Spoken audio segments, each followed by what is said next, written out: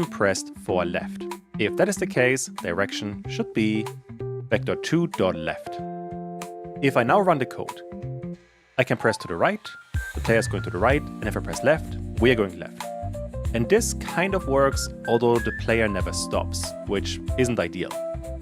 Meaning we have to figure out some kind of system to organize the input and then get the right direction. There are a couple of ways of doing it, and the best way to get started is to look at input. For that, hold Ctrl and then click on input. Then you get the documentation for input. If you go down a bit, you can see all of the methods associated with it. There are quite a few. The one that we care about the most is called getVector. Click on that, and then we are going to do an exercise.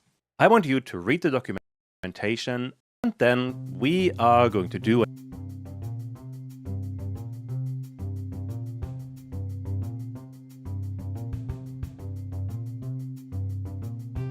an exercise. I want you to read the documentation and figure out what input.getVector actually does and how you can use it.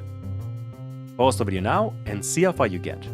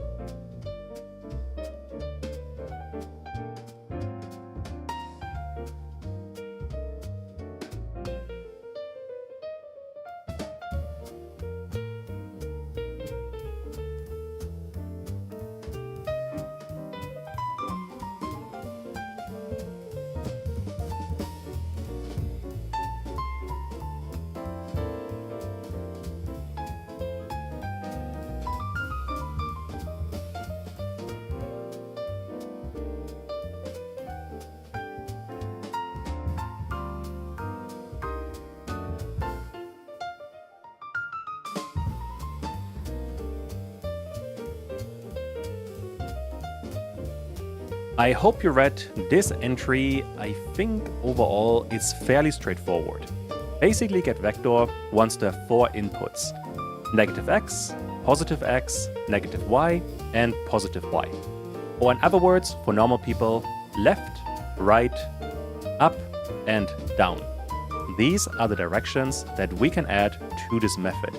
And as a result, we are getting a vector 2 that organizes all of them super easily. Or in other words, back inside of the player, I want to get rid of all of this and instead update direction via input and get vector. Now we need the 4 different directions. Negative x is left, positive x is right, negative y is up, and positive y is down. Once we have that, I can run the game and now move the player around. Feels like I can run.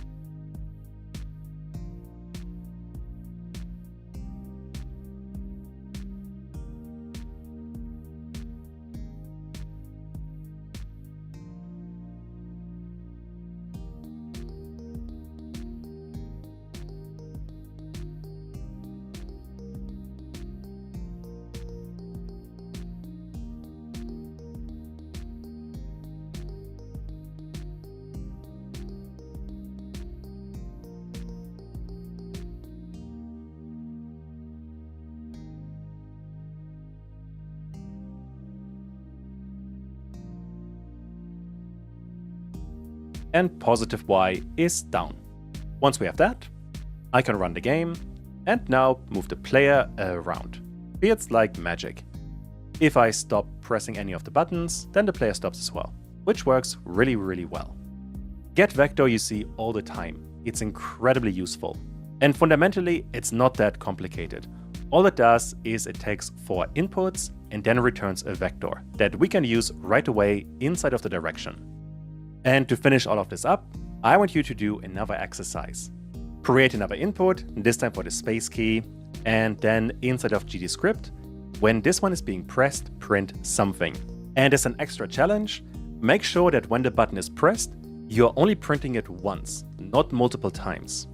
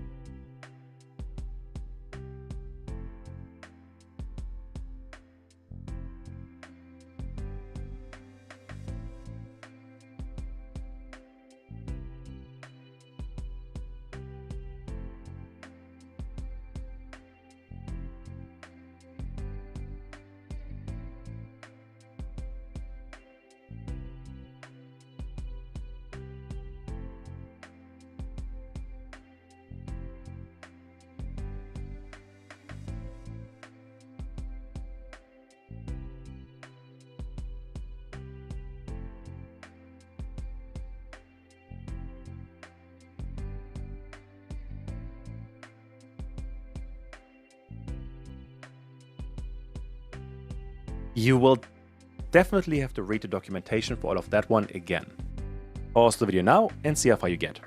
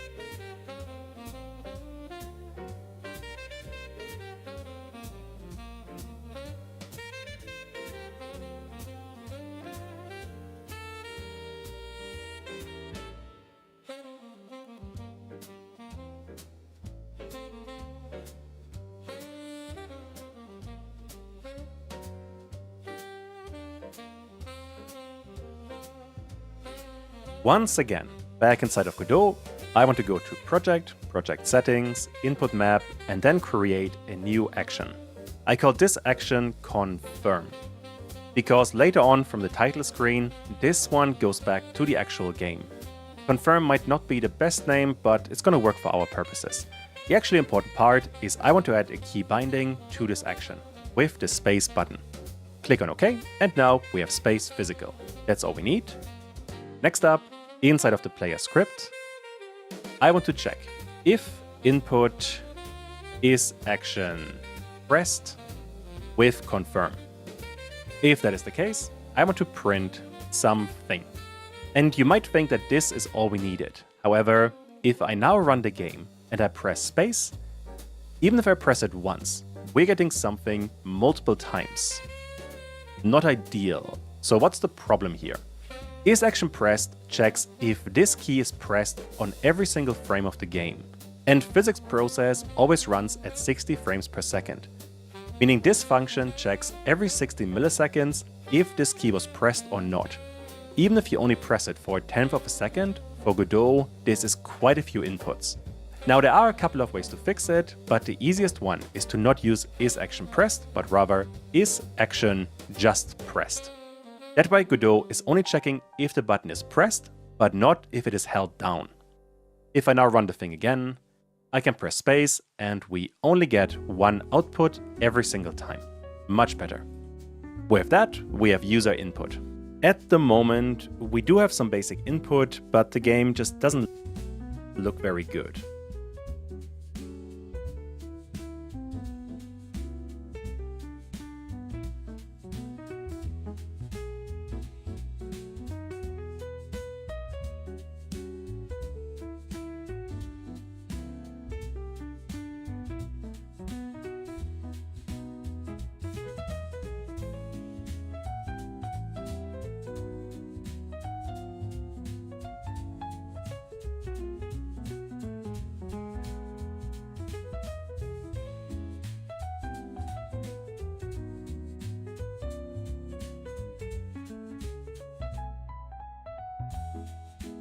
At the moment, run the thing again, if the button is pressed, but